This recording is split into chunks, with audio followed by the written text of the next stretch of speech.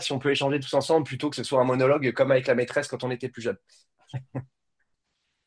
Carrément. Alors, du coup, moi, ce que j'ai observé, c'est plusieurs choses et à différents niveaux du process, on va dire.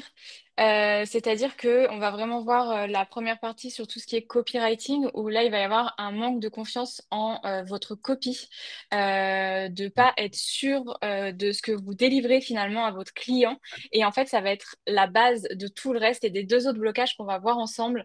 Le fait que vous vous sentiez pas forcément sûr de vous dans votre copie, dans ce que vous allez délivrer, dans ce que vous allez partager, dans ce que vous êtes en train de décrire, bah, ça vous bloque en fait à passer à l'action et à trouver des clients. Parce que vous vous dites, mais est-ce que ce que je vais proposer à mon client, c'est vraiment ça à ce à quoi il s'attendait? Est-ce que c'est vraiment ça qu'il voulait? Et donc finalement, ça va vous mettre une barrière mentale déjà dans le fait d'aller juste prospecter.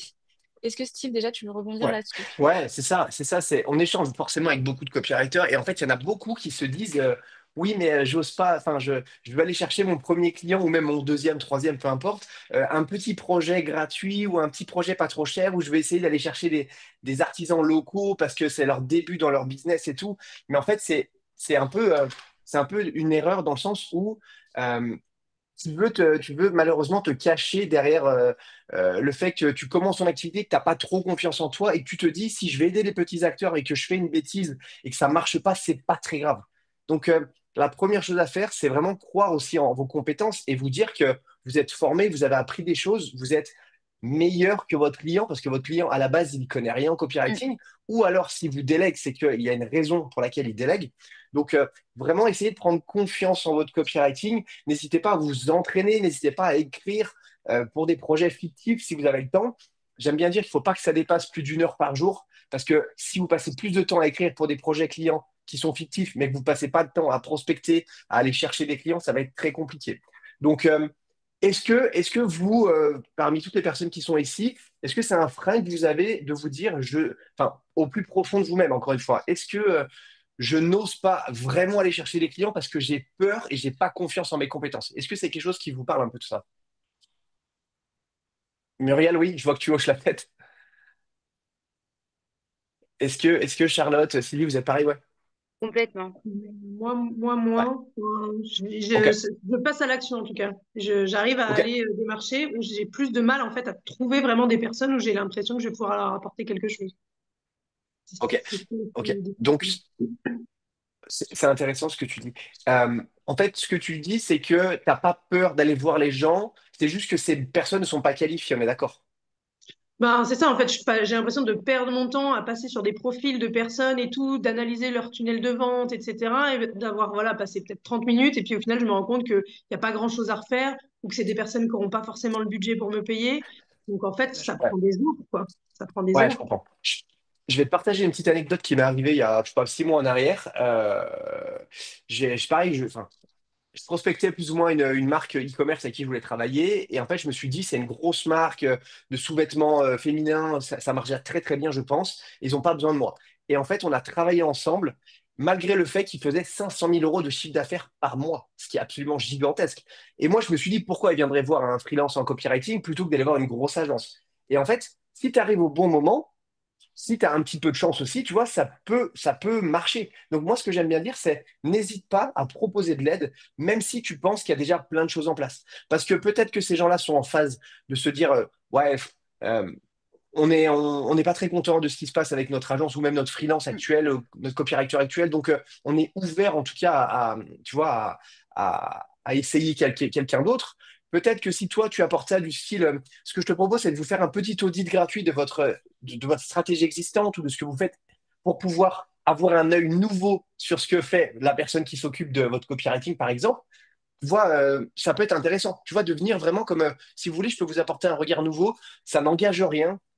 Si vous voulez qu'on travaille ensemble dans un second temps, pas de problème. Mais en tous les cas, aujourd'hui, je vous demande rien. Moi, je suis convaincu que je peux vous aider à aller plus loin. Et à partir de là, tu peux toujours trouver des trucs à dire. Enfin, tu peux toujours aider quelqu'un. Rien n'est parfait, que ce soit un email, que ce soit un objet d'email, que ce soit une page de vente, que ce soit un post, tout le temps, il y a moyen. Donc, moi, ce que j'aime bien faire, c'est proposer mon aide en mode, est-ce que ça pourrait vous aider si je vous fais un petit audit gratuit de votre stratégie LinkedIn, votre stratégie emailing, votre page de vente, tu vois, de leur proposer ça et d'avoir leur accord verbal pour que derrière, tu puisses un peu rentrer dans leur business, voir ce qui se passe et leur proposer des choses que tu pourrais faire. Et après, tu les prends au téléphone. Encore une fois, on fait pas ça par mail. Et puis voilà. Donc, ça peut être intéressant. Ensuite, moi, ce que je t'invite à faire pour rebondir sur ce que tu as dit, c'est pas forcément d'analyser pendant des jours et des jours ce que les gens font, en fait, tu vois. C'est plutôt, en tout cas, nous, c'est notre méthode comme ça qu'on travaille, c'est d'écrire aux gens sans leur dire j'ai analysé tout votre tunnel, ici vous pourriez faire ça. Pas forcément d'apporter de la vraie valeur, si tu veux, parce que ça, c'est vu et revu. Ça, cette méthode, tout le monde l'utilise depuis 2018, on est en 2025, elle est rincée, cette méthode, tout le monde l'a déjà vue. Moi, ce que je t'invite à faire, et c'est ce qu'on t'invite à faire, c'est de dire, bonjour XYZ, j'ai vu que vous avez créé ce projet ou cette marque ou cette chose, c'est super, bravo. Tu vois, là, on le brosse un peu dans le sens du poil, et on lui dit, j'ai bien compris que vous aimeriez avoir ce bénéfice. J'ai bien compris que vous aimeriez augmenter les ventes de votre page de vente. J'ai bien compris que votre machin. Personnellement, je suis convaincu que je pourrais vous aider à y arriver. Je me suis déjà noté quelques petites idées qui pourraient vous permettre d'y arriver. Est-ce que vous aimeriez que je vous en parle? Et en fait, juste le fait de le dire comme ça, c'est beaucoup moins engageant que de dire voici tes axes d'amélioration. Est-ce que tu veux qu'on travaille ensemble? Tu vois, wow, ça va trop vite. On va pas se marier, je sais pas quitter en fait. Donc, tu vois, de demander un micro, un micro oui avant de demander un gros oui, ça marche beaucoup mieux. Tu as beaucoup plus de réponses et ça te permet de faire aussi un peu plus de volume que d'analyser pendant une semaine. Ah, une semaine, je rigole, mais tu vois, pendant 2 heures, la séquence email de la personne, lui faire un loom, tu vois. Donc, de montrer aussi à la personne que tu respectes son temps, et ça, les gens, ils adorent. Parce qu'ils disent, OK, enfin, un copywriter qui me démarche et qui montre qu'il respecte mon temps, qui sait où je veux aller, et qui ne me dit pas trois axes d'amélioration pour ma page de vente. Non, dis-moi que tu veux m'aider à ça. Je suis convaincu, OK, Mm. pas de problème. Si vous voulez, on fait un test. En fait, au début, on fait un test, on est OK. Mais vraiment de montrer à la personne que tu respectes son temps, ça va vraiment te permettre de te différencier de la concurrence, parce qu'encore une fois, tout, encore une fois, je dis pas, mais il y a beaucoup de personnes qui disent oui, apporte de la valeur, montre, fais un loom, fais un machin, ça prend des plombes et tout le monde le fait et ça marche plus quoi. Ouais, Alexandra? Ouais, surtout que parfois, pense à ta vie perso aussi, quand on te donne un conseil non sollicité, ça gave un Ouais, peu, quoi. C'est un peu énervant, je t'ai pas demandé d'avoir ton avis, donc pourquoi tu me le donnes? Et là, finalement, parfois, ça peut être ressenti comme ça, et finalement se dire, purée, la nana, elle a analysé tout mon tunnel, elle me fait plein de retours hyper négatifs en plus, alors oui, avec des axes ouais, d'amélioration, mais en fait, moi, je lui avais pas demandé ça, et du coup, la personne en face peut se braquer. Alors, je dis pas que ce sera toutes les personnes, mais ça peut arriver sur certaines personnes. Donc, mieux vaut que tu lui demandes en fait si elle veut de tes conseils. Et après, bah, du coup, tu fais ce ouais. travail un peu de recherche, etc. Et tu lui apportes tes conseils. Mais du coup, ces conseils seront sollicités. Elle t'aura confirmé qu'elle les veut. Et elle sera dans une meilleure posture pour recevoir ses conseils. Ok. Ouais, c'est complètement à l'opposé de ce qu'on m'a appris dans ma formation pour le coup. Bah, encore une fois, nous, on n'est pas là pour critiquer qui dit quoi, qui fait Non. quoi. Nous, on partage juste notre méthode. On dit que c'est comme ça qu'on le fait, c'est comme ça qu'on a des retours, c'est comme ça que derrière, on peut convertir les gens. Et peut-être, c'est aussi de faire les choses différemment. Parce que bah, si tout le monde part dans cette direction, forcément que c'est un petit peu les bouchons, tu vois. Si tu dis, je vais prendre le contre-pied, mais tout en respectant la personne, parce qu'en fait, avec cette Mm. méthode, tu respectes la personne, tu lui montres aussi que tu respectes son temps. Et tu lui dis, voilà, moi je suis convaincu que je peux vous aider. Donc déjà, de dire, je suis convaincu que je peux vous aider, la personne, elle se dit en face, putain, enfin quelqu'un qui a l'air de, tu vois, de croire un peu en elle, quoi. Plutôt que voici des petits axes d'amélioration.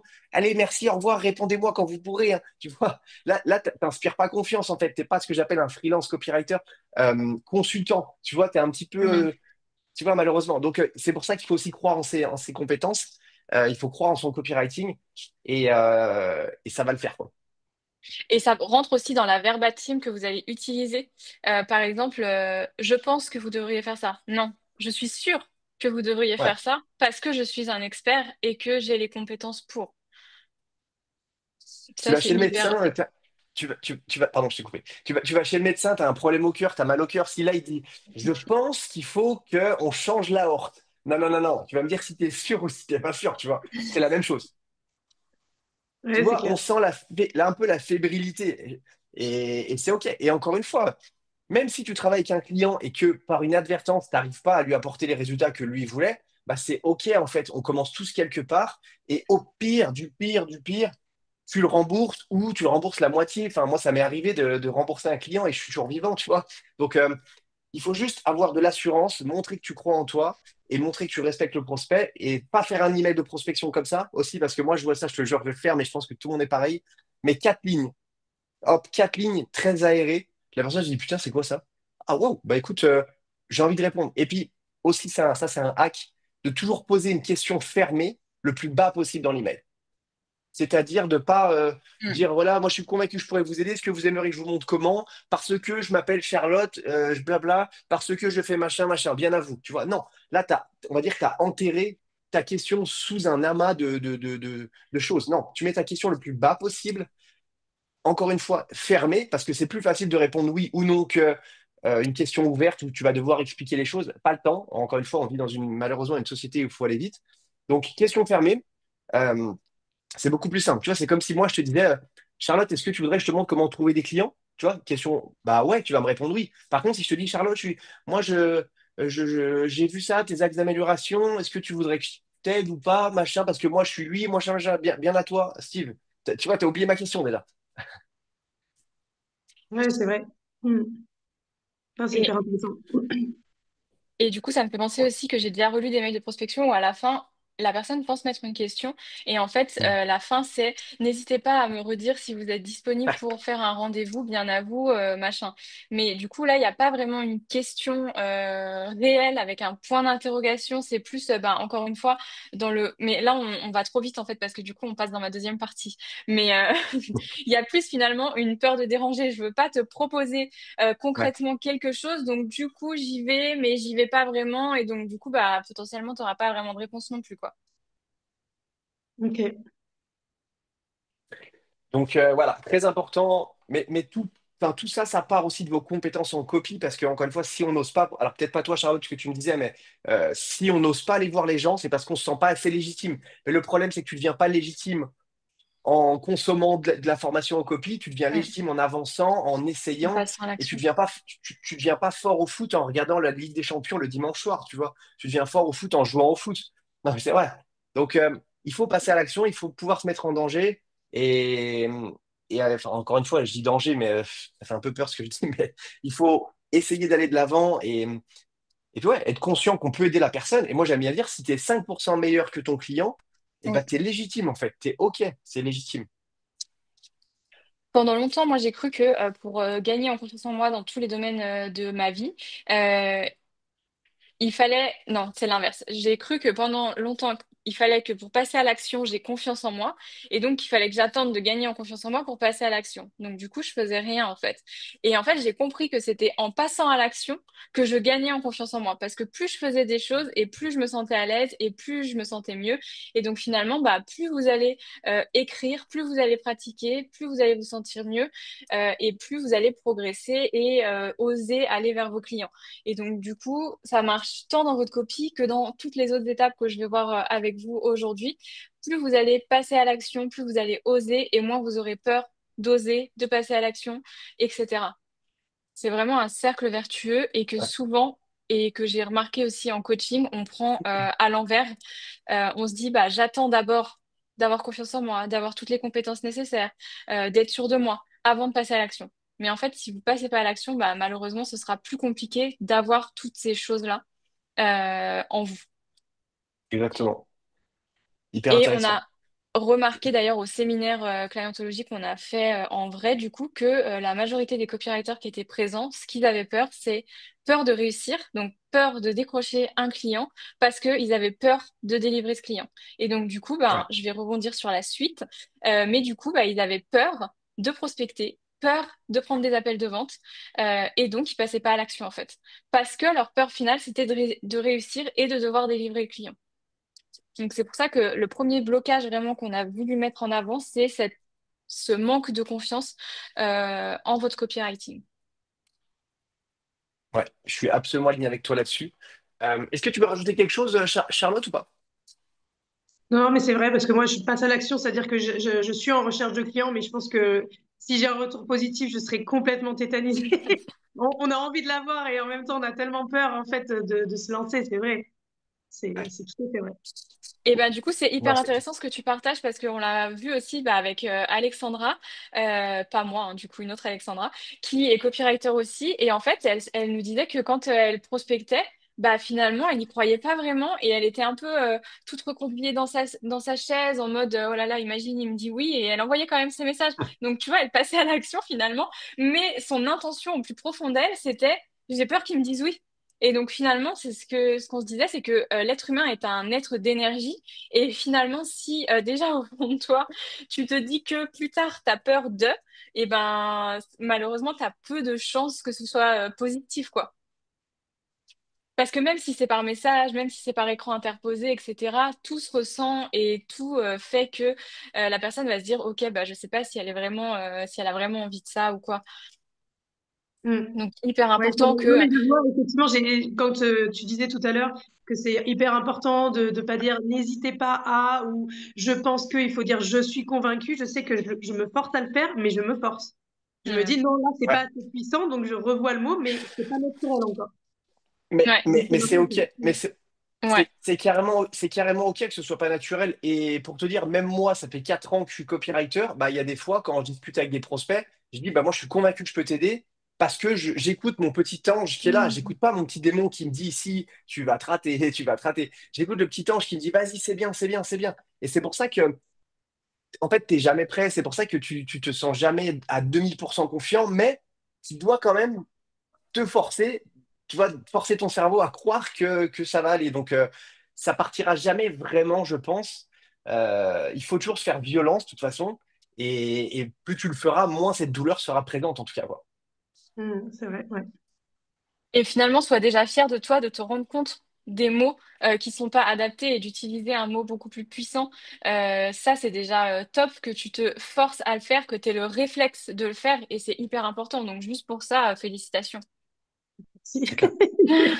C'est clair. Sylvie, Muriel, je vois pas après, il y a qui c'est qui est encore là? Morgane, Nico, Géraldine, est-ce que vous avez quelque chose à ajouter par rapport à ça? Non, tout est dit, je pensais. Ouais, Ouais, ben, c'est en sortant de notre zone de confort. T'aimais pas le mot bien danger? sûr. Ben, c'est en sortant de la zone de confort qu'on progresse, quoi. C'est Ouais, en se faisant un peu de contraintes et de mal qu'on avance. Et ouais, même si on n'est pas sûr de soi, moi le c'est premier, clair. j'envoie des mails dans le challenge qu'on fait. Ouais. J'en envoie, je suis à T'es 30 caché sous la table. 30 ou 40, mais comme je suis pas sûr de mon copie non plus, c'est vrai que comme dit Alexandra, je redoute le retour que je vais avoir, quoi. Donc, Mhm. mais voilà, il faut arriver à s'entraîner pour mettre en pratique, et puis après on verra C'est ça. au moment de la réponse, quoi. Et Mhm. c'est, je fais un petit parallèle, comment on pourrait dire, je tire la couette de mon côté, mais c'est aussi pour ça qu'on a créé Clientology. C'est pour bah, vous permettre, en tout cas les personnes qui rejoignent le programme, bah, de vous aider à devenir meilleur en copywriting, de vous relire, de vous aider à livrer les clients, de vous dire qu'est-ce qu'il faut dire si une personne répond en appel de vente, qu'est-ce qu'il faut dire, qu'est-ce qu'il faut pas dire, pour faire en sorte que la douleur soit le moins présente possible. Donc ça peut avoir du sens des fois de se faire relire son copie, soit en live ou soit en asynchrone avec d'autres personnes pour pouvoir monter en compétences. Parce que tu deviens très fort quand tu relis les autres, enfin quand tu te fais relire, mais tu deviens aussi Mhm. bien meilleur quand tu apprends quelqu'un quelque chose. La meilleure façon de progresser, c'est de l'enseigner. Donc c'est un petit peu tout ça, quoi. Est-ce que tu veux enchaîner sur la deuxième chose, Alexandra? Ouais, je voulais juste redire un truc par rapport à ce que Nicolas a dit. Quand je parlais de verbatim, etc., le vocabulaire à faire attention quand vous l'utilisez. Évitez les il faut, je dois. C'est hyper culpabilisant, c'est hyper je suis obligée de le faire. Tu t'as dit, alors attends, qu'est-ce que tu as dit? Il faut sortir de ma zone de confort, ou je sais plus ce que tu as dit, mais tu peux dire je vais sortir de ma zone de confort, tout simplement, au lieu de il faut que je le fasse, vraiment, je suis obligée de le faire. Ou sinon, j'ai envie de, j'ai besoin de, et c'est moins culpabilisant que le il faut, je dois. Attention avec ces mots, j'aime pas C'est vrai. trop, voilà, juste cette petite aparté. Ça fait des petits, Euh, non, mais c'est les petits détails qui sont importants parce que au moins tu montres à ton cerveau que c'est pas une galère en fait. Même si ça l'est peut-être au fond de toi, mais au moins tu lui montres que, alors c'est Ouais, très perché ce que je viens de dire, hein, mais au moins tu lui j'ai bien montres compris. que, bah voilà, exactement, exactement, exactement. J'ai un problème de chien embêtant, j'arrive tout. Effectivement, on a un chien qui est un petit peu nerveux en ce moment, hein. Donc ouais, non, non, hyper important de monter en compétence, de prendre confiance en vous. Et c'est vrai que c'est plus facile à dire qu'à faire, on est d'accord. Mais c'est important de pouvoir progresser, de pouvoir s'entraîner, de pouvoir se faire relire. Et même si vous voulez pas intégrer un accompagnement, encore une fois, c'est OK. Trouvez-vous des pairs, en fait, et faites-vous relire entre copywriters, entre vous, si vous connaissez des copywriters dans votre réseau, essayez de vous faire voilà, des ping-pong comme ça pour vous permettre de progresser. Alex. Yes. Du coup, le point numéro 2, ça va être sur tout ce que on a un petit peu déjà parlé avec Charlotte, le côté acquisition finalement, le fait de devoir aller chercher ses clients, de prospecter. Et j'ai remarqué qu'il y avait une énorme peur de déranger, une peur d'oser aller vers les gens en fait, d'aller vers les autres. Euh, Ça va être de se dire, il peut y avoir des remarques comme Charlotte, tu disais, oui, mais c'est une grosse marque déjà, il n'a pas besoin de moi, ce qu'il fait, c'est déjà parfait, je vois pas ce que je pourrais faire de plus. Ça peut être aussi, euh, je ne sais pas comment est-ce que je pourrais l'aider, mais qu'est-ce que je vais lui dire, comment je vais l'aborder. Et finalement, ça vous empêche d'envoyer des messages parfois à des personnes qui auraient besoin de vous. Et moi, j'aime dire aux copywriters qu'on accompagne que si vous savez, si vous avez quelque chose qui va permettre à la personne de grandir, de passer au niveau supérieur, d'avancer dans son business, alors attention, je vais utiliser un terme que je viens de dire que fallait pas utiliser, mais vous devez lui en parler. Et là, pour le coup, c'est une obligation. Vous devez vraiment le faire parce que vous avez quelque chose qui va l'emmener au niveau supérieur. Donc, vous pouvez pas ne pas en parler. Je crois, Steve, que ça vient d'un livre ou de quelqu'un qui Ouais. l'a dit, qui est connu. Ouais, en fait, c'est un copywriter des années 60, je crois, qui disait, bon, en français, hein, mais c'est un Américain, si votre service ou votre produit a le pouvoir de changer le business de votre client, c'est dans votre devoir de lui dire le plus souvent possible. Donc souvent, on s'arrête aussi à la prospection, un, 2, 3 emails, 4 emails max, parce qu'on ne veut pas saouler les gens. Je dis pas qu'il faut saouler les gens, loin de là, mais partez dans cette démarche de, j'ai le remède contre le cancer, je dois en parler à toutes les personnes qui ont le cancer, en fait. C'est un petit peu cette démarche-là. Donc, si vous êtes persuadé, enfin, si vous êtes persuadé que vous pouvez aider une personne à avoir un meilleur business, et encore une fois, c'est pas transformer son business. Moi, quand j'ai commencé, j'apportais pas des résultats de fou à mes clients, mais c'était OK, en fait. Avec le temps, un peu plus, mais au début, c'est OK. Donc, si vous avez une compétence à faire valoir à votre client, c'est dans votre devoir de lui dire le plus souvent possible et de lui montrer que vous pouvez l'aider. Et ça, c'est aussi un petit shift mindset, c'est aussi pour ça qu'on est là, de vous dire, OK, je sais que j'ai des compétences. C'est comme si, je sais pas, vous êtes garagiste et devant votre garage, il y a un mec qui crève avec sa bagnole. Bah, vous allez le voir parce que le pauvre, quand même, le pauvre, il a sa voiture qui avance plus. Bah, je peux t'aider à changer ta roue. Bah, c'est la même chose en fait. Vous vendez des services qui améliorent la vie des gens. Et encore une fois, enfin, nous, notre métier de copywriter, on apporte des résultats très souvent financiers. Donc, c'est ça qui est intéressant. Tu mets 1 euro dans la machine, très souvent, tu en récupères 2, 3, 4, 5, 10. Donc, c'est pour ça que ça peut être plus facilement, comment on dit, on peut le percevoir beaucoup plus facilement. Mm. Donc, il ne faut pas hésiter à aller voir les gens et leur dire, moi, je suis convaincu que je peux t'aider. Euh, et puis, si la personne dit non, bah, c'est OK. Et si elle dit oui, bah, tant mieux. Et si elle est sceptique, OK, ce que je te propose, c'est qu'on fasse un petit test alors. Mais ne jamais s'arrêter à un non, en fait. Et encore une fois, pas dans une démarche d'être un bourrin, mais vraiment dans une démarche de je suis conscient que je peux t'aider, laisse-moi t'aider. C'est Et difficile, du coup, ça, justement, pardon Steve, je rebondissais sur Ouais. comment est-ce que tu argumentes justement dans... Moi, je me suis toujours posé la question de quels chiffres je pouvais mettre en avant ou quelles données je pouvais mettre en avant dans mes emails de T'es pas obligé. prospection. Mais T'es pas tu vois, obligé. Et peut-être que même, je suis convaincue que je peux vous aider, c'est bien, mais ce serait encore plus fort si on pouvait dire, alors sans forcément donner des chiffres très précis, mais je sais pas, alors, globalement, voilà, d'écrire des newsletters et de garder contact avec vos clients, ça augmente vos ventes de tant de pourcents. Enfin, je ne sais pas si ça existe, des données comme ça. bah, le problème, oui, ça existe, mais si tu viens avancer des trucs comme ça, moi, tout de Ouais. suite, c'est un gros drapeau rouge, c'est un red flag, parce que je me dis, la nana, elle s'avance sur des chiffres qu'elle n'a même pas de mon business. À Hmm. mon avis, c'est une grosse, tu vois, joueuse de flûte. Tu vois? Donc, moi, je t'invite à pas donner de chiffres. Ou alors, il y a un chiffre que j'aime bien donner parce que c'est ce que je fais souvent, c'est je fais de l'email marketing copywriting pour les e-commerçants. Donc moi, aujourd'hui, je sais ce que ça apporte. Par contre, une page de vente, je ne sais pas à combien de pourcents elle convertit actuellement parce que j'ai pas la donnée. Tu vois? Je ne sais pas si le trafic il est froid, je ne sais pas plein de choses. Donc, t'aventures pas là-dedans. Par contre, ce que tu peux dire, c'est je suis convaincu, et encore une fois, on en revient au persona. Si tu connais extrêmement bien ton persona, tu sais ce qu'il veut et tu sais ce qu'il a besoin d'entendre pour que ça le titille. Je suis convaincu que je peux vous aider à pour Tu vois? Et si tu sais que ton persona, encore une fois, ce qu'il veut, c'est augmenter ses ventes, oui, mais ce qu'il veut, c'est surtout, euh, je sais pas, c'est surtout montrer à son entourage qu'il a réussi un super gros business parce que son ego va jouer, tu vois, là-dedans, bah, va sur ce terrain-là, en fait. Euh, Tu vois, moi, je me fais souvent démarcher sur YouTube. Je pourrais aider ta chaîne YouTube à faire des meilleurs machins avec 3, 4, 5%. Je me dis, mais tu sais même pas mes taux, en fait. Comment tu peux avancer de telles choses? Donc, non, juste, encore une fois, je suis convaincu que je pourrais vous aider à faire, je sais pas, à augmenter les conversions de votre page de vente pour pouvoir réinvestir plus en pub derrière parce que j'ai vu que vous faisiez de la publicité. Tu vois ce que je veux dire? Et on parle vraiment de ton client idéal et que tu saches exactement qui il est, ce qu'il veut, pardon, ce qu'il a besoin d'entendre pour toucher le bouton rouge, quoi.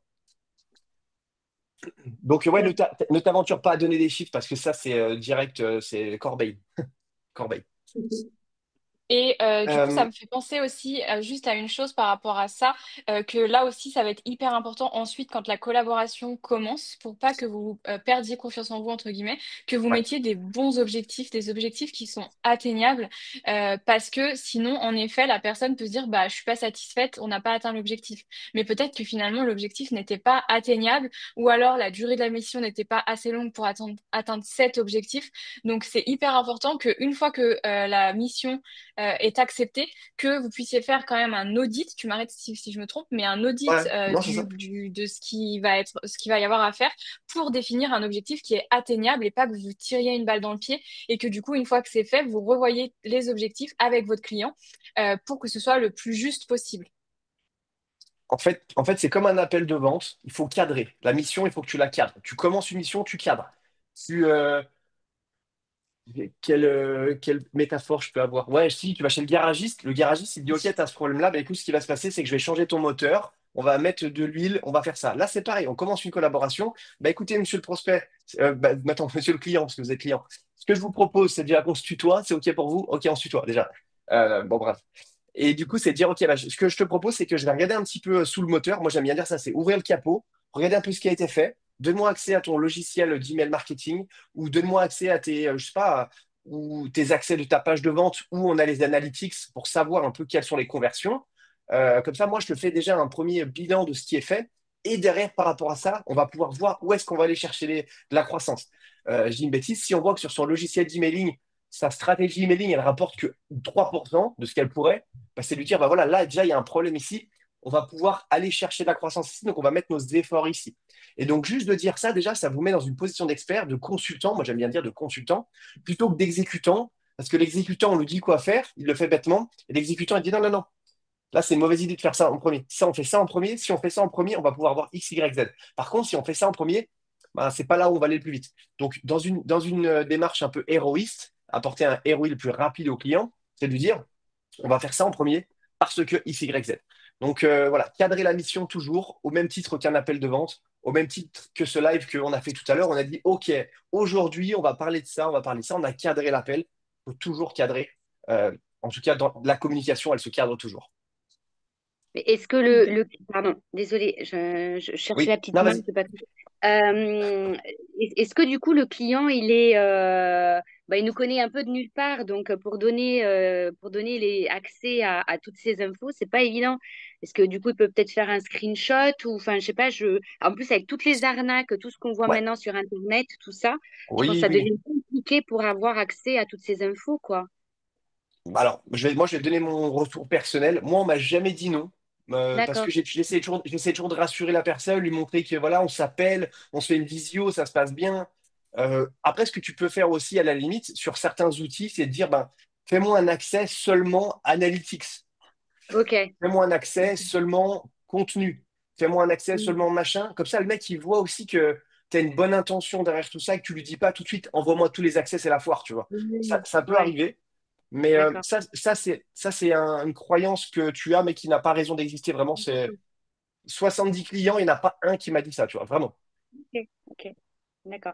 Et après, comment Ouais. savoir, du coup, on a accès aux données, comment se faire nos propres objectifs sans être trop bas, mais pas trop non plus, être sur un juste milieu qui soit, comment dire, appréciable pour le client, mais atteignable pour nous.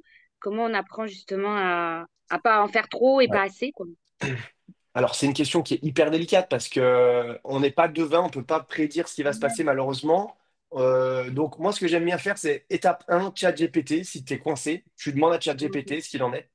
Étape Ok, 2, c'est ton boulot de copywriter, c'est de connaître plus ou moins les standards de l'industrie. Je te dis une bêtise. Les emails, les séquences emails automatisées, il faut au moins que les taux d'ouverture soient à 30%, que les taux de clics soient à peu près à 3%. Si c'est en dessous de ça, c'est un petit peu bas. Je sais d'accord. pas, je dis une bêtise. Les newsletters, bah, faut pas que ça soit en dessous de 20%. Les taux de clics, 1%. Tu vois, plus ou moins ça. Mais tu peux Ok, jamais vraiment le savoir. Euh, et puis, donc voilà, c'est pour ça que je te dis que c'est délicat.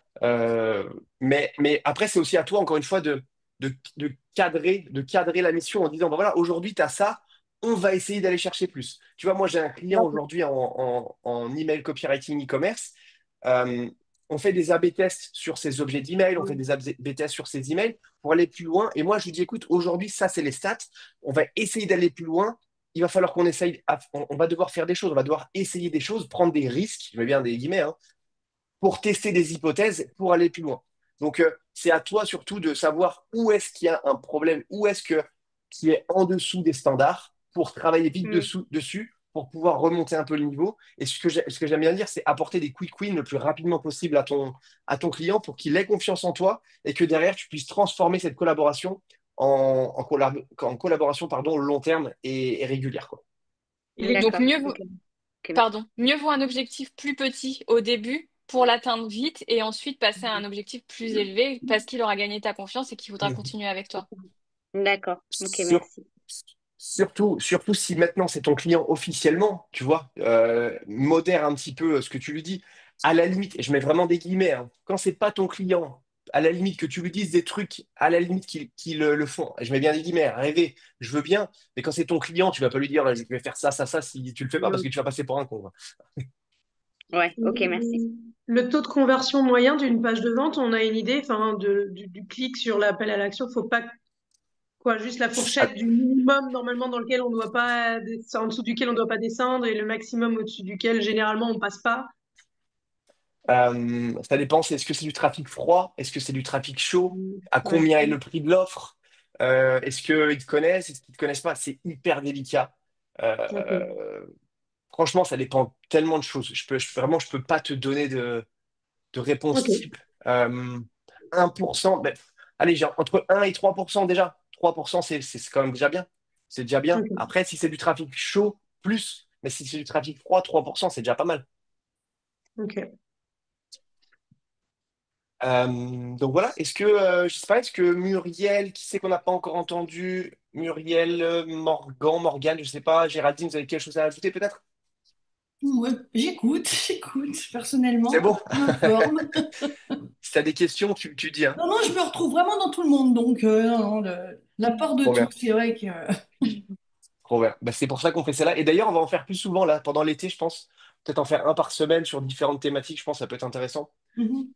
Euh, vous nous écouterez sur la plage si vous partez en vacances.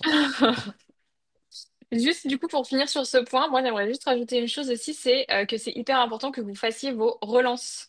Et ça, j'ai remarqué que c'était hyper difficile pour certaines personnes, justement, encore une fois, la peur de déranger. Oui, mais on va me dire que je les harcèle, que c'est pas bien ce que je fais, etc. Mais alors déjà, c'est pas bien pour qui? Si toi, tu penses que c'est pas bien, bah forcément, ça va être mal perçu pour la personne en face. Encore une fois, c'est ce qu'on disait tout à l'heure, tout est une question d'énergie. Et dites-vous aussi que vous êtes assez grand enfin, chaque personne est assez grande pour dire stop en fait. Donc, c'est-à-dire que au bout de la deuxième, troisième relance, si la personne elle en a marre de recevoir vos relances, et bah, elle a qu'à vous envoyer un message et vous dire stop. Tant qu'elle vous a pas envoyé ce message, bah, c'est que elle en a pas marre. Et c'est du mailing, donc c'est normal qu'il n'y ait pas non plus de lien de désinscription ou quoi, parce que j'ai une élève qui a eu ça. J'ai une élève, on lui a répondu oui, mais il n'y a pas de lien de désinscription, je peux pas dire stop. Bah en fait, juste envoie un mail. Maintenant, tu m'as envoyé un mail, bah j'arrête de t'envoyer des messages et c'est OK. Euh, donc n'hésitez pas à faire vos relances, c'est hyper important et vous verrez que vous signerez des clients dans vos relances. Donc ne négligez pas cette partie-là. Il y a une expression américaine qui dit l'argent est dans les relances. C'est-à-dire si tu relances pas, tu passes à côté d'énormément d'opportunités. Mais encore une fois, relancer, c'est pas Hello Jean-Paul, oh, tu réponds pas. C'est pas ça. C'est d'apporter un vent de fraîcheur, c'est d'avoir un angle différenciant, c'est voilà, juste montrer à la personne que on est convaincu qu'on peut l'aider, qu'elle a un problème et que si elle le résout pas maintenant, bah, son business, il va pas se porter très bien d'ici les prochaines semaines. Donc, on agit comme un Doliprane. Tu as mal à la tête, prends ce Doliprane parce que sinon tu vas avoir Mm. mal à la tête, ça va être pire, tu vas finir à l'hôpital. Donc c'est vraiment cette démarche qu'il faut avoir. Et il y a Géraldine qui dit, je crois que la moyenne, c'est de contacter 7 fois un prospect pour vendre. Donc oui, il faut relancer. Au-delà des 7 fois en contact, ça va être aussi qui te voit 7 fois Hmm. potentiellement à différents endroits sur différentes plateformes. C'est-à-dire que même si tu es connecté avec lui sur LinkedIn, bah, de créer du contenu qui va vraiment lui parler, il va se dire, purée, mais en fait, elle me parle à moi. En plus des mails que tu lui as envoyés, bah, ça, c'est bingo pour toi, par exemple. Et du coup, oui, je Exactement. réponds juste bah, en lien avec ça à ce que disait Géraldine aussi plus haut. Elle disait, ce que j'appréhende le plus, c'est de devoir éduquer le prospect à l'utilité du copywriting. Ce qu'on fait dans la formation aussi, dans l'accompagnement, pardon, clientologie, c'est que on va vous aider à créer du contenu justement en fonction du niveau de conscience de votre prospect. Et donc, tu n'auras pas besoin forcément de l'éduquer, puisque quand tu arriveras au but final, il aura été éduqué par tes posts LinkedIn, par le contenu que tu as créé, par ce que tu as mis en place. Et donc, ce sera plus facile pour toi, finalement, de le convertir parce qu'il y aura déjà eu cette phase d'éducation. S'il faut encore que tu l'éduques, bah, c'est que c'est pas un client pour toi. C'est ce que j'allais dire. On peut éduquer les gens qui ont un petit peu, pardonnez-moi l'expression, le cul entre deux chaises, parce qu'ils sont pas vraiment sûrs de tout ça. Là, on peut les éduquer. Mais une personne qui n'est pas du tout éduquée au copywriting, c'est comme essayer de convaincre un vegan de manger de la viande, en fait. Il va dire, bah non, en fait, non, je comprends pas. Pourquoi tu manges ça? C'est pas bon. Bah, là, c'est un peu la même chose. Souvent, moi, je vois beaucoup des copywriters qui se lancent, ils se disent, je vais aller aider ma tante ou mon cousin qui a lancé une ferme agricole. Bon, ils génèrent, ils ont pas encore de salaire parce que ça marche pas trop. Je vais essayer de les convaincre qu'il faut faire du copywriting. Oui, mais le problème, c'est que tu vas dépenser énormément d'énergie à les convaincre. Eux, ils sont pas très chauds, ils n'ont pas d'argent. Enfin, il faut pas éduquer à ce point-là quelqu'un. Si tu dois éduquer autant les gens, c'est que c'est pas tes clients cibles, c'est pas avec eux que tu veux bosser. Et nous, on parle beaucoup de vision. Est-ce que dans ta vision, long terme, à 2, 3, 10 ans, est-ce que tu veux éduquer ton prospect ou tu veux que le prospect il vienne à toi tout seul? Je pense que tu veux que le prospect il vienne à toi tout seul. Donc, si ça ne rentre pas dans cette vision-là, tu arrêtes de faire cette action-là. C'est très certainement que ta cible, c'est pas la bonne. Ton prospect, c'est pas le bon. Et il faut que tu te repositionnes, il faut que tu changes de niche, il faut que tu changes d'offre. Parce qu'on n'éduque pas un prospect à faire des choses qu'il ne veut pas faire. C'est trop compliqué, ça demande trop d'énergie. Et c'est pas comme ça qu'on fait du marketing. Est-ce que ça te parle, Géraldine? C'est Géraldine hein, qui a posé cette question? Ouais? Ouais. Ok, trop bien. Ok, super. Euh, Ah ouais, parfait. Du coup, eh ben, on va rentrer dans le dernier point et finalement la dernière phase de votre process, ça va être surtout la peur de vendre. Les personnes qui ne savent pas se vendre elles-mêmes, en fait, vous êtes souvent très doués en copywriting donc pour vendre les services des autres, mais par contre, vous avez beaucoup de mal à vous vendre et vous avez peur de le faire. Vous avez peur de passer par l'appel de vente. On peut faire On un voit sondage? vraiment. Ouais, On peut vas-y. faire un sondage ici, juste par curiosité, aime bien vendre, qui aime bien se vendre, comment vous vous situez un petit peu pour vraiment qu'on comprenne où est-ce que vous en êtes? Non, sinon, qui n'aime pas vendre, lève la main. Ce sera peut-être plus simple. Qui n'aiment pas se vendre parce que je pense qu'ils Oui. aiment tous vendre à Ouais. l'écrit, d'où le but Un, du deux. copywriting. Sylvie, ça va pour toi la vente? Bof, attends. Ok. J'ai pas vu Ouais, c'est Nico, bon. j'ai pas vu Morgane du Bof, coup. Je trouve pas la main, sinon je l'aurais levé. Ah, Ah, mais tu pouvais lever ta vraie main. j'adore vendre pour les autres, mais compliqué pour moi, elle dit Géraldine. Hmm. Voilà. Donc très souvent, les coordonnées sont les plus mal chaussées, on est d'accord. Mais il faut aussi. Alors après, je te laisse reprendre la parole, Alexandra. Mais Ouais. en fait, vendre, malheureusement, nous, les Français, on est quand même un peu câblés bizarrement par rapport à la vente. On pense que c'est pas bien, on pense que l'argent, c'est pas bien, on pense que vendre, c'est trahir. Bien, vendre, c'est quelque chose de. Je vais te prendre quelque chose qui a de la valeur. Ben non, en fait, vendre, c'est un échange de services. C'est-à-dire que, certes, tu vas me donner quelque chose, mais moi, je vais te redonner quelque chose. Donc, en fait, c'est collaboratif, la vente, c'est quelque chose de bon, c'est quelque chose de bien. L'argent, c'est quelque chose de bien, c'est un échange qu'on fait en échange de quelque chose d'autre. Donc, il ne faut pas voir la vente comme je te prends quelque chose qui a de la valeur pour toi, mais j'échange deux choses de valeur qui est l'argent contre mes services de copywriting. Excuse-moi, Alexandra, vas-y. Ce que tu dis, du coup, ça me fait penser aux États-Unis. On est parti en voyage aux États-Unis et ils sont totalement décomplexés par rapport à la vente. Partout où tu vas, ils te vendent un truc, mais vraiment partout, quoi. Ouais. Dans n'importe quel endroit, c'est fou, c'est incroyable. Tu vas visiter un Mais monument. Ouais, Mais dans le bon sens du terme, c'est-à-dire que tu vas oui, prendre, on a visité, bon, on raconte notre vie, vous nous en voulez pas, mais on a visité merde, comment c'était l'Empire State Building, c'était trop bien, on commence, ils nous disent, une fois que tu rentres dans le truc, est-ce que vous ne voulez pas acheter le truc pour aller plus vite, pour éviter la queue? Bah, sur le principe, ça nous arrange d'éviter la queue. Est-ce que vous voulez pas acheter le truc pour mettre les lunettes et voir encore mieux? Est-ce que vous voulez pas ça? Bah, finalement, ça va améliorer ton expérience. Donc, c'est pour ça que vendre, c'est pas si mal en vrai.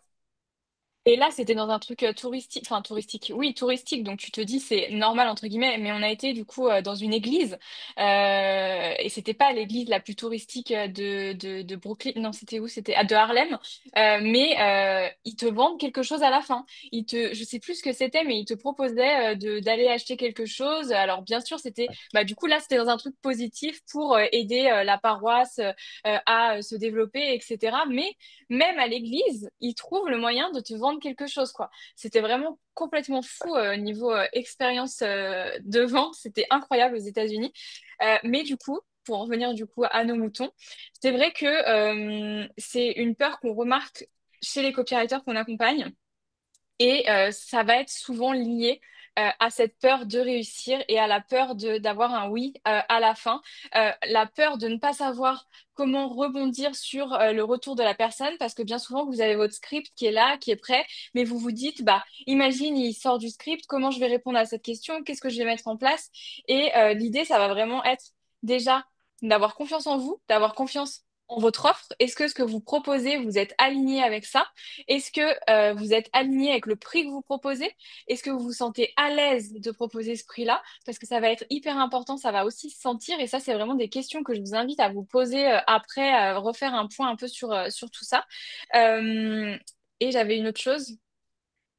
Euh, je sais plus. Vas-y, Ouais, si tu veux rebondir c'est pendant c'est- que je c'est réfléchis. juste, c'est juste, je pense vraiment enfin, au-delà de ça, c'est se dire que vendre, c'est aider. Et vraiment le prendre dans le bon sens du terme. Vendre, c'est échanger quelque chose contre quelque chose. Et avant, vendre, c'était deux moutons contre du foin, ou je sais pas. Aujourd'hui, en vente, c'est ben, du copywriting pour t'aider à faire plus de ventes contre 1 500 € par mois. Bah ok, tu vas me donner 1 500 € par mois. Moi, en échange, je vais te partager mon expérience et tu vas pouvoir générer plus. Bah forcément que c'est rentable en fait. Donc vraiment, voyez-le comme de la collaboration et c'est ok. Et nous, on a un truc qu'on dit dans le programme, c'est on vend de manière humaine. C'est-à-dire qu'on n'est pas là comme des requins, on n'est pas là parce que ça nous fait mal au ventre de se pointer à des appels de vente comme ça.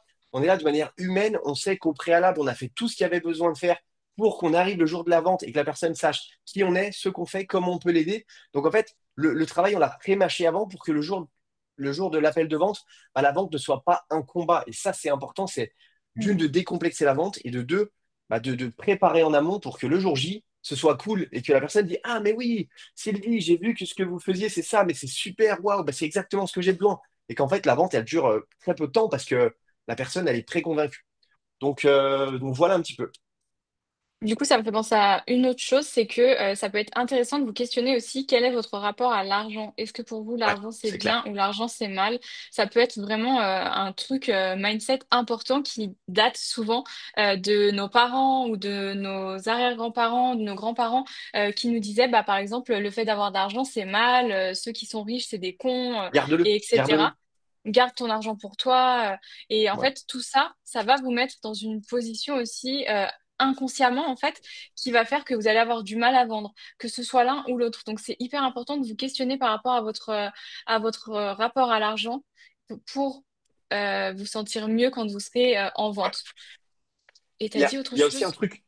Il y a un truc qui est hyper important aussi, et ça, moi, c'est mon coach qui me l'a enseigné et que je l'avais jamais vu comme ça, il m'a dit, si tu n'es pas capable d'acheter un Hmm. produit ou un service à 1000, 2000, 3000 euros, comment espères-tu que quelqu'un t'achète un service à 1000, 2000, 3000 euros? En fait, c'est se dire que l'argent, alors c'est un peu perché ce que je dis, je suis désolé, mais c'est un peu une énergie quoi qu'on renvoie. Et si pour toi, enfin pour vous, c'est hyper sacralisé, c'est pas bien, mais dépenser 2000 euros pour ça, mais ça va pas à la tête. Comment espérez-vous que les gens puissent vous payer cette somme-là? Donc vraiment, ok, dans un iPhone, ça coûte 1500 balles, mais c'est pas la même chose. C'est vraiment, si vous êtes capable d'investir en vous, bah, les gens seront capables d'investir en vous pour les aider à faire plus de ventes. Donc, hyper important voilà, de désacraliser le fait de brasser de l'argent dans les deux sens, quoi. C'est ce qui se passe, j'ai pas vu les Morgane commentaires. adore l'argent. Morgane adore l'argent. Pas de Bah, problème avec ça. pas de problème non plus. Ça nous permet de faire des trucs sympas, l'argent, voyager, rendre nos proches heureux, leur faire des beaux cadeaux, avoir une super santé, manger des super bons produits, vivre dans un bel appartement, une belle maison. Je vois pas ce qu'il y a de mal. Actuellement, je fais des tests en full IA, questionnaire client fictif afin de comprendre l'offre ou le persona, transmission du questionnaire à un GPT ultra perso, base de connaissances méga prompt, multiples demandes possibles, email, post, réseaux sociaux, script, page de vente, séquence email, un avis là-dessus. Je Euh, comprends pas perso, mais... pour, bah, créer tout de A à Z avec l'IA, Ah, aujourd'hui, je pense que c'est quand même intéressant de pouvoir le faire à la main. Parce que si tu es copywriter, il faut quand même que tu puisses le faire à la main et dans un second temps, être capable de le déléguer à l'IA. Ok, moi aujourd'hui, je fais très très peu de choses maintenant à la main. Je le délègue à l'IA, mais parce que j'ai passé l'étape enfin de 0 à 1 d'apprendre le copywriting. Donc ça peut être intéressant, mais seulement, enfin pour moi, ce qui est vraiment intéressant, en tout cas Morgane à ton niveau, ou Morgan, je sais pas, c'est déjà d'utiliser l'IA pour faire ta recherche avatar, questionnaire fictif. Ça, c'est très bien. Ça te fait gagner du temps. Mais la rédaction, dans un premier temps, je pense que c'est bien que tu apprennes à le faire toi-même.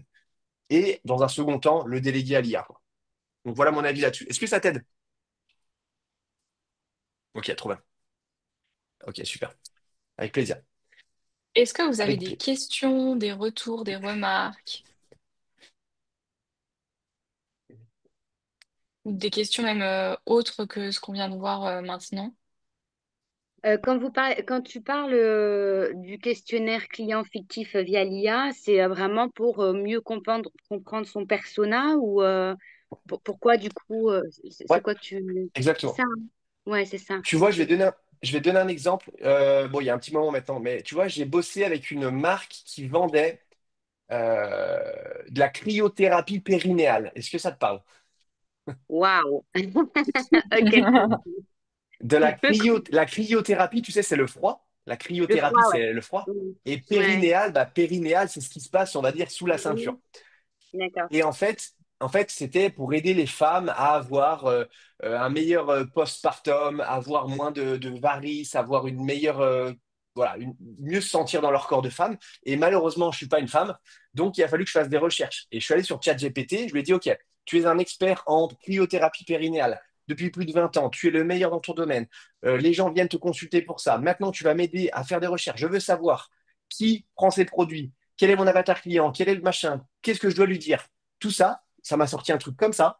Mais à côté de ça, j'étais capable de faire des emails qui ont généré des milliers d'euros pour mes clients parce que j'avais toutes les informations nécessaires. Ok, je comprends bien, ouais. C'est pour ça, c'est vrai que c'est pas mal. Après, on a double son de cloche. En fait, il y a deux écoles. Il y a celle qui va te dire il faut absolument bien te nicher dans un secteur bien particulier pour être expert avec un persona, etc. Comme ça, tu crées ton expertise. Bon, en étant débutant, je suis pas certaine que tu sois expert en quoi que ce soit. Et puis, tu as aussi l'école qui te dit, bah non, vaut mieux être généraliste et voir peut-être après, effectivement, une fois avoir touché un peu à tout, se mettre sur un persona en particulier, celui qui te plaît, celui qui te fait vibrer, etc.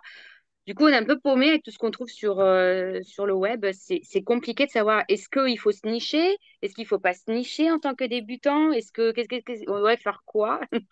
On est un peu paumé. Enfin, moi, je suis perdue là-dessus, hein. Alors, de toute façon, de partout, que ce soit dans ta vie pro ou perso, il y aura toujours deux avis. Il y a des gens qui disent que manger de la viande, c'est exceptionnel, et des gens qui disent que manger de la C'est viande, ça, c'est dégueulasse. Donc, dans tous les exactement. cas, pour moi, tu auras toujours deux sons de cloche. Maintenant, c'est à toi de savoir quelle cloche tu écoutes. C'est Ok, choisis ta cloche. Choisis ta cloche. Moi, je te ok. parle juste par expérience. Moi, je suis personne pour te dire quoi faire déjà. Moi, je te partage juste ce que moi j'ai fait. Encore une fois, je ne sais pas si vous connaissez mon expérience, mais moi, j'étais charpentier il y a encore 5 ans. J'étais pas du tout dans le milieu du copywriting. J'ai Mm. fait le choix de me nicher parce que je me suis dit, par réflexe un peu mental, de me dire, à compétence égale avec d'autres copywriters, pourquoi on me choisirait moi plutôt qu'un autre? Bah, parce que je connais mieux un secteur. D'accord. Et donc, je me suis dit, je vais me nicher sur le BTP. Et ben, ça a cartonné parce que les gens se disaient, ah, mais oui, putain, t'es le mec du BTP qui fait du copywriting, tu connais exactement notre milieu, notre marché, les problématiques de la cible. Et en fait, j'avais enfin, un double avantage pour eux. J'étais copywriter, mais je connaissais aussi très, très bien le marché.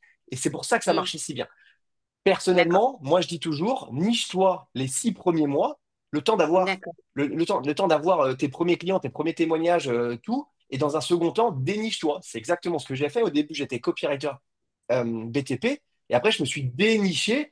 J'ai aidé des startups, j'ai aidé des e-commerçants, j'ai aidé des coachs, des infopreneurs. Et petit à petit, je me suis déniché. Mais au début, selon moi, la porte la plus facile à ouvrir, c'est la porte que tu connais le mieux, en fait. Donc, ensuite, il y avait quelqu'un qui a dit que c'était pas facile de se nicher. Personnellement, encore une fois, ça c'est personnel, mais je pense que c'est simple. Regarde ton passé. Je sais pas quel âge tu as, Morgan, je suis désolé, je sais pas comment tu t'appelles. Qu'est-ce que tu as fait dans ta vie? 37 ans. Qu'est-ce que tu as fait dans ta vie? Est-ce que tu as fait des écoles de biologie? Est-ce que tu as bossé dans quelque chose? Voilà, sers-toi de ton passé pour, euh, enfin, utilise ton passé pour pouvoir être légitime sur quelque chose. On a tous des expériences différentes. Est-ce que tu as bossé, je te dis une bêtise, je sais pas, dans un cabinet comptable? Est-ce que tu as bossé, voilà, qu'est-ce que tu as fait de ta vie dans la partie pro ou à l'école qui pourrait te permettre d'être légitime là-dessus? Ou alors, est-ce que tu as une passion? L'autre coup, on avait fait un live avec il y avait une nana qui était là, Marion. Elle adorait les sports de montagne. Elle adorait le trail, elle adorait toutes ces choses-là. Bah, je lui dis, niche-toi là-dessus. Ça a du sens. Tu connais extrêmement bien le marché, tu connais extrêmement bien les douleurs de la cible, donc tu es légitime de te positionner là-dessus. Et toi, Steve, tu as vendu quoi à ces personnes du BTP? Parce que dans le BTP, en fait, j'ai du mal à voir comment le copywriter il arrive à s'intégrer dans ce Ouais. milieu-là, en fait. Eh ben, au début, j'ai fait une grosse erreur, c'est que je voulais aider René le plombier, Jean-Michel le charpentier, et ils n'avaient pas de sous. Et comme on disait tout à l'heure, j'ai essayé de les éduquer, leur dire, mais vas-y, pourquoi faire du copywriting? Ça a été très compliqué, ils ne comprenaient pas, j'ai galéré. Et après, je me suis dit, il faut que je reste sur la même niche, mais que je change de secteur. C'est-à-dire que, comme un diamant, ça a plein de facettes. Au lieu de regarder sur cette facette, regarde sur la facette qu'il y a derrière. Et en fait, la facette qu'il y avait derrière, c'était les startups du BTP. Donc, les startups, c'est toutes les entreprises technologiques qui créent des applications web ou mobiles pour le BTP. Comment gérer son chantier sur le téléphone? Comment faire des factures pour le BTP? Toutes ces choses-là, et ben, du coup, ils avaient de l'argent parce qu'ils venaient de lever des fonds. Ils étaient conscients que le marketing, c'était important. Et ils étaient conscients qu'un mec comme moi qui connaissait le milieu et le copywriting, j'étais la meilleure personne pour les aider. Ouais, mais je comprends mieux, ouais, parce que j'avais pas du tout ça en tête, tu vois. Donc, et après, moi, j'ai jamais démarché de personnes en e-commerce. J'ai du mal à voir, pareil, ce qu'on peut offrir à quelqu'un qui fait du e-commerce. Parce que, à part la page de vente d'un produit à un instant T, est-ce que après tu peux vendre quand même des emailings réguliers ou Ouais, et c'est ben des moi, c'est marques ce que en je fait vends le qui plus. t'accompagnent? Ouais, d'accord. C'est ce que je en plus, c'est de l'email copywriting. Donc, je fais des séquences email, je fais des newsletters pour mes clients chaque mois. Comme ça, ils me payent chaque client me paye entre 1500 et 2000 euros par mois, par client, pour gérer leur newsletter, gérer leur emailing. Et voilà. Et du coup, ça, c'est qui est cool, c'est que ça t'apporte de la récurrence. C'est pour ça que j'aime bien ça, moi. Et tu me parlais de Ouais, pages non, de mais c'est vente. cool. Les pages de Si, vente si, c'est cool, e-commerce, cool. ça, c'est, ça, c'est un gros nom. C'est très souvent, c'est les agences ou les freelances en SEO qui s'occupent de ça. D'accord. Parce Donc qu'ils là, en fait, préfèrent. ouais, juste pour que je comprenne bien, en fait, toi, du coup, tu travailles plus avec une marque et tu vas envoyer des emails réguliers pour les tenir informés bah, de leurs valeurs, de tout ça, des prochains produits ou des nouveaux produits, des promotions. Mais c'est global, en fait. C'était pas sur un produit en particulier, sauf s'ils sont très spécifiques sur leurs produits. Bah, justement, je te disais tout à l'heure, la marque de cryothérapie périnéale, ils n'avaient Oui. qu'un seul produit. Donc, je les éduquais sur pourquoi la cryothérapie périnéale était importante, comment tu allais te sentir, comment tu vas. Il y a d'autres marques avec qui je travaille où, oui, on parle de la marque au global. Pourquoi, là, je bosse avec une marque américaine. Pourquoi cette marque, c'est la meilleure pour les sacs à dos outdoor? Comment tu vas te sentir quand tu vas porter cette marque? Qu'est-ce qui fait que ce sac à dos, il est meilleur que les autres? Combien de temps tu vas le garder? Donc, j'éduque sur le produit. Des fois, j'éduque sur la marque au global. Des fois, j'éduque sur un produit qu'on met en promotion. Ça dépend de plein de choses. Mm. Ouais, super. Mais le marché du e-commerce, c'est 180 000 e-commerçants en France quand même, hein. Ben oui, oui, mais je savais pas trop comment aborder le truc et là, ça me donne vraiment des idées, donc c'est top. Merci beaucoup. Avec plaisir. Donc voilà, si aujourd'hui vous voyez que votre activité elle piétine, vous galérez, encore une fois, essayez de voir cette analogie du diamant. Là, vous regardez cette face-là, mais peut-être que cette face-là, il y a rien en fait. Regardez de l'autre côté, il y a d'autres facettes qui peuvent vous permettre d'aller plus vite. Et essayez, encore une fois, on est là pour un live mindset, de se faire sauter ces fausses croyances que vous avez, de vous dire que ça va le faire. Il faut juste regarder dans la bonne direction et faire en sorte que voilà, vous puissiez avancer le plus vite possible pour y arriver. Et dernière question peut-être, enfin, tes startups, en fait, tu les as trouvées comment? Les startups dans le LinkedIn. BTP, parce que là, pour le coup, ah ouais, LinkedIn, ok. LinkedIn, cold email. Voilà, c'est tout. Ok. Nous, en tout cas, moi, c'est ma façon de voir et c'est comme ça qu'on travaille. C'est que on travaille pas avec Instagram, avec ces conneries-là. Enfin, excusez-moi du terme, mais sur Instagram, tu vas pour te divertir. Tu vois, le soir, tu scrolles, tu regardes un peu des machins. T'as pas envie de te faire démarcher sur ce genre de choses. Et il y a tellement de copywriters en plus qui démarchent là-dessus que nous, on fait le parallèle. Enfin, le, on va encore une fois à l'opposé, c'est-à-dire qu'on fait LinkedIn parce que tous les professionnels en France sont sur LinkedIn, en tout cas les professionnels sérieux, et le cold email. Et du coup, tu peux trouver leurs coordonnées sur LinkedIn et leurs coordonnées en cold email assez facilement. Donc, c'est pour ça qu'on arrive à avoir des clients assez facilement plutôt qu'Instagram où tu fais un message à une personne sur Instagram, il y a trois boîtes de réception sur Instagram, hein. Invitation, générale et machin. Tu as très peu de chances d'être lu ou d'être ouvert. Donc, à mon sens, à notre sens, Instagram, c'est pas le meilleur canal. Ben, LinkedIn, c'est un peu compliqué pour moi parce que comme j'ai encore mon boulot, ben, j'ai mon profil actuel de mon taf actuel. Et donc, si je commence à mettre que je fais du copywriting et que quelqu'un tombe sur mon profil, je sais pas trop, Ouais. c'est moyen. Bah, Mm. je te donne une Ouais. solution. Moi, Tu je crées un suis nouveau créé un compte. autre compte. Ouais, De quoi? c'est ce que je disais, excuse-moi. J'ai créé un nouveau compte aussi, hein. Un compte Tu copywriting. crées, Ah, mais du coup, ouais, tu tu sais crées un pas nouveau compte. mon prénom, quoi, et Bah, ta pas tête. forcément. C'est quoi? Bah, ta tête, les gens, ils vont peut-être pas te reconnaître comme ça, ou alors de plus loin, ou je sais pas. C'est quoi ton nom de famille, par exemple? Rouy, R-O-U-Y, comme le Eh fromage. Je sais pas ben, si- Rouy. Ouais, non, je sais. Ouais. Après, tu sais, il y a beaucoup de gens qui ont le même nom, enfin le même nom, prénom, c'est pas très grave. Oui, Donc, oui, et oui. puis, en plus, tu repars avec un nouveau réseau. Donc, moi, je pense que c'est pas très grave. Là, j'accompagne une nana qui s'appelle Laura. Laura, elle a créé un nouveau compte parce qu'elle aussi, elle est en CDI à côté. Bah, ça se Ok. passe très bien. Elle a une photo d'elle qui est pas la même, mais c'est une photo d'elle. Et les gens, ils vont pas Mm. regarder. Ah, mais, tain, mais je crois que je la connais. Attends, je vais comparer. Il me semble bien que les deux profils, elles se ressemblent quand même, tu vois. Enfin, non, non, non. Ok. Non, non, non. Non, IA, non, non, non. Fais je pas savais d'IA. pas qu'on pouvait faire deux profils différents sur LinkedIn, mais oui, si. Enfin, il Oui, suffit pas de mettre la ouais. même adresse mail, quoi, en Tu fait. te, tu te crées une adresse Gmail et Ouais. Ouais. après tu te crées un compte.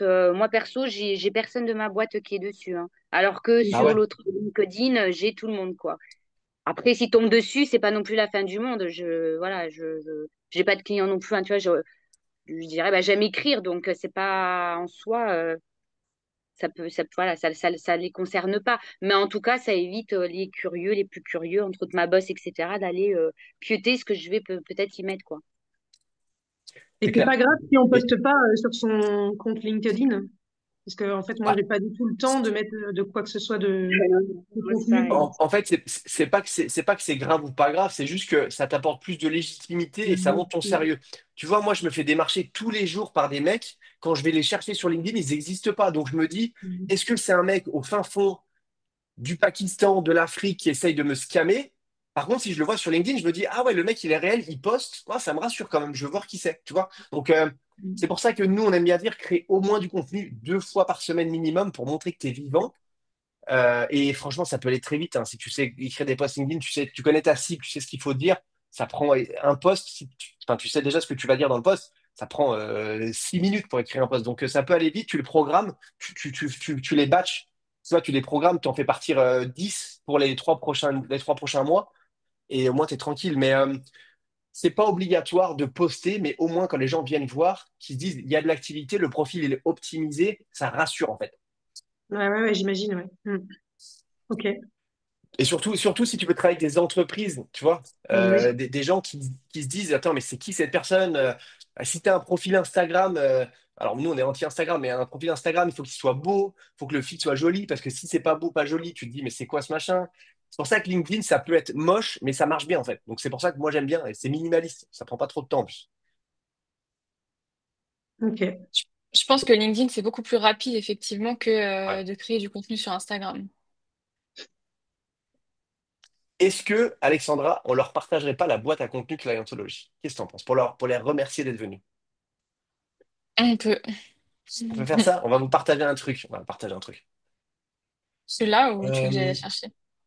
Ouais, j'ai bien que tu ailles le chercher parce que je sais plus où on l'a mis. En fait, on a créé un prompt chat GPT, un GPTs, où tu rentres ce que tu fais, qui est ta cible, plein d'informations, et il va te générer derrière des posts en fonction de tout ça. Et c'est assez pratique. Alors, c'est pas toujours parfait, mais au moins, vous avez déjà une grosse base, et ça vous permet de pas partir de zéro, et ça vous évitera potentiellement des mal de tête. En fait, ça va vous poser 5 ou 6 questions. Et à partir Ouais. de ces 5 ou 6 questions, de votre niche, de votre offre, et ben, ça va vous proposer une liste de mots-clés et vous validez les mots-clés. Et à partir de là, ça va vous générer jusqu'à 200 idées de contenu. Ah oui, effectivement, ça fait gagner du temps, ouais. Après, voilà, comme disait Steve, Exactement. tout n'est pas à prendre, mais il y en a une bonne partie quand même qui est intéressante. Alors juste, on vous demande une chose, c'est de ne pas le partager, parce que ça, c'est un truc qu'on fait payer actuellement, enfin, habituellement. Donc si ça peut rester juste pour vous, ça serait cool. Voilà, ça serait gentil. Ok. Bah, merci pour le cadeau, alors. C'est super Merci sympa. beaucoup. Avec plaisir, Je avec le mets plaisir. dans On le arrive chat bientôt du sur la coup. Ouais, on Hop. arrive bientôt sur la fin de cet appel. Est-ce qu'il vous reste des questions? Personne n'a de questions? Moi, j'aimerais conclure, enfin, s'il n'y a plus de questions, j'aimerais conclure un peu sur le côté mindset. Ouais, vas-y. Et ben, du coup, je voulais juste vous dire que le mindset, il est hyper important, que vos énergies sont hyper importantes aussi et que c'est hyper important, encore une fois, que vous ne négligiez pas cette partie-là. C'est difficile en live comme ça avec plusieurs personnes d'aller challenger vos croyances à chacun, mais je suis sûre que vous en avez. Personnellement, n'hésitez pas à vous interroger là-dessus. Qu'est-ce que je crois et qui m'empêche d'atteindre mes objectifs?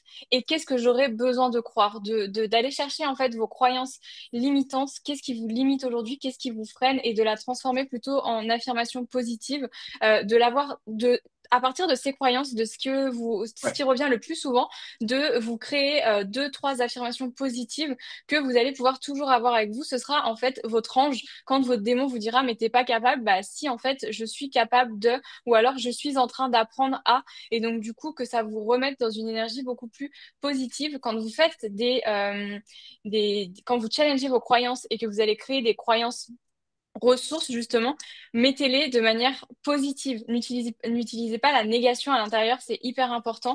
Euh, voilà pour ça. Je voulais conclure vraiment avec ça, mais vous êtes toutes capables, tous capables, il n'y a pas de raison si d'autres ont réussi que vous n'y arrivez pas. Trop bien. Écoutez, voilà, encore une fois, j'espère que ça vous a aidé. Si vous avez envie qu'on prenne un petit rendez-vous ensemble pour qu'on vous montre comment on pourrait vous aider à fidéliser 2 à 3 clients, générer 3 000 € par mois avec des offres à plus de 1 000 € pour pouvoir vivre à 100% du copywriting. On a créé un accompagnement, je ne sais pas si vous êtes au courant, qui s'appelle Clientology. On va travailler sur votre copywriting. Donc ça, c'est le premier pilier. Si ça vous intéresse, encore une fois, je vous mets le lien dans le chat. On peut prendre un appel, ça n'engage en rien. On peut vous présenter comment ça fonctionne. Si vous êtes intéressé, vous venez. Si vous n'êtes pas intéressé, vous venez pas, il n'y a pas de problème. En tout cas, si vous avez envie qu'on bosse votre copywriting, que enfin, on vous permette de prendre confiance en votre copywriting, vous permettre d'avoir une abondance d'opportunités avec des prospects qualifiés qui ont le budget à investir dans un copywriter, dans la bonne niche, dans le bon secteur, c'est ce qu'on fait. Et aussi, on va vous montrer comment vendre de manière humaine. On n'est pas là pour faire les marchands de tapis, c'est ce qu'on disait. Donc vraiment 3 gros piliers. Copywriting, donc confiance en copywriting, opportunité business pour vous permettre d'avoir des clients. Et troisième pilier, tout ce qui est vente, comment on vend, comment on se vend, sans passer par un marchand de tapis, même si on déteste ça, pour vous permettre derrière de vivre à 100% du copywriting. Si ça vous intéresse, je vous mets le lien dans le chat et on pourra discuter et ça ne vous engage en rien, encore une fois. On est d'accord que pour cet accompagnement, il faut avoir quand même bien terminé sa formation de copywriting. Moi, j'ai pas encore complètement Non, fini. non, non. Hein. Bah, Non, non. ça dépend. Si tu veux aller plus vite, tu peux le faire en même temps. Si tu veux pas aller vite, tu peux attendre. Mais je sais pas, quel est ton objectif toi aujourd'hui? Bah, c'est de pouvoir quitter mon CDI rapidement, quoi, comme beaucoup. Donc, de pouvoir trouver L'idée, des c'est vrai. clients rapidement. Euh, Après, il faut quand L'idée, même c'est que avoir ce un soit. Ouais. des bases, quoi. Me suis peut-être pas encore assez entraînée sur de l'écriture, etc. Je sais pas combien de temps il dure cet accompagnement. Combien il On est dure sur 6 mois. 6 mois 6 mois. d'accompagnement. Et Ok, ça ouais, prend donc combien de temps par ça jour? laisse le temps. Ah ouais, Euh, Moi, j'aime bien dire que par semaine, ça serait bien que les gens se libèrent 6 à 7 heures par semaine au minimum. Parce ok. que si tu as moins de temps que ça, ben, tu vas pas pouvoir, dans tous les cas, développer une activité de copywriter. Donc, Hmm. c'est plus. Moi j'ai commencé, j'étais en parallèle de mon CDI de charpentier, tu vois. Donc, j'étais aussi comme vous. Il faut juste travailler sur les bonnes tâches. Faut faire en sorte d'aller dans la bonne direction. Parce que des fois, tu te dis oui, mais j'ai besoin de tant de temps, mais c'est très certainement que tu ne bosses pas sur les bonnes choses. Donc, si tu bosses pas sur Hmm. les bonnes choses, tu pédales dans la semoule, hein, en quelque sorte. Donc, je sais pas si il y a Nico est dans le programme, il pourra le constater. Bon, ça fait qu'une semaine, hein. Mais l'idée, c'est qu'on vous accompagne sur la partie copywriting pour que vous preniez confiance en vous, que vous n'ayez pas peur de démarcher et que derrière, si Hmm. vous avez un client, bah, nous, on vous aide à le livrer aussi. C'est-à-dire que vous voulez des relectures sur votre page de vente, sur vos emails. On vous dit non, ça, c'est pas bien, ça, c'est bien, pour que vous ayez confiance. D'accord. Ensuite, il y a une communauté hyper bienveillante, tout le monde se tire vers le haut, tout le monde on est très soudés. On vous apporte des missions. Moi, j'apporte des missions. J'ai encore apporté une mission hier parce que je ne peux pas prendre de mission. J'ai plus de place. Donc, je vous apporte des missions. Je prends 0 € de commission. Je vous aide à les livrer. Alexandra, elle vous aide sur le mindset. On vous aide sur la prospection. On vous aide sur tout ça pour vous permettre, ben, encore une fois, de vivre du copywriting enfin.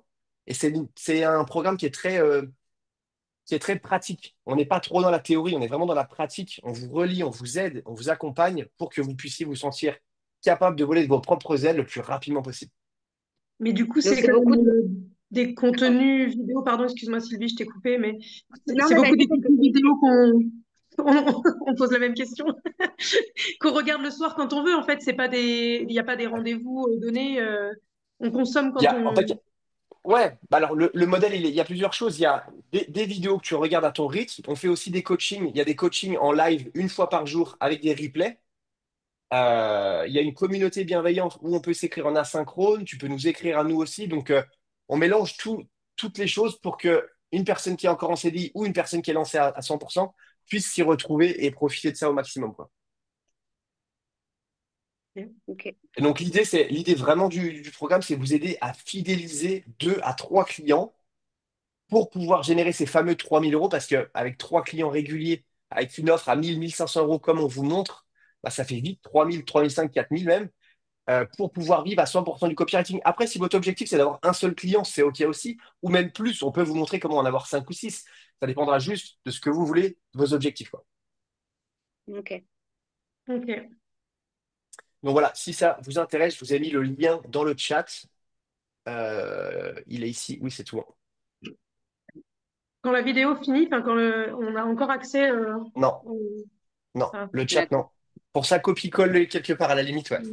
Ouais, voilà, c'est mon fait. Et je vous dis, je ne vais pas essayer de vous vendre quelque chose si vous n'en avez pas besoin. N'hésitez pas à prendre vous, ça sera avec moi ou avec Alexandra, mais je pense que ce sera avec moi.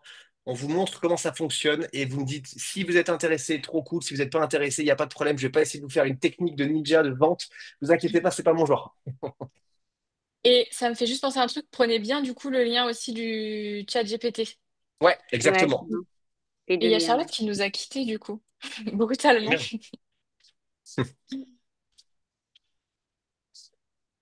Ok.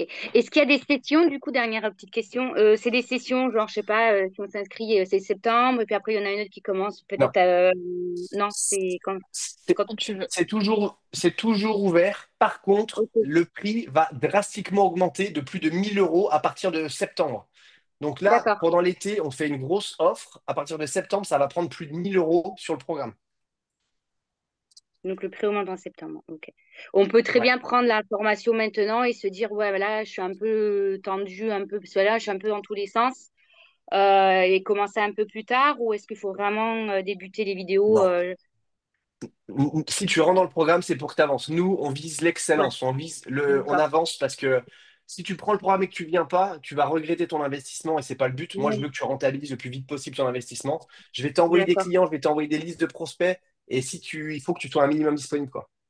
D'accord. Ok, ça marche. Ok. On prend le Bah, trop bien. rendez-vous et du coup, le prix, il est communiqué Ouais, pendant l'entretien téléphonique, hein. exactement.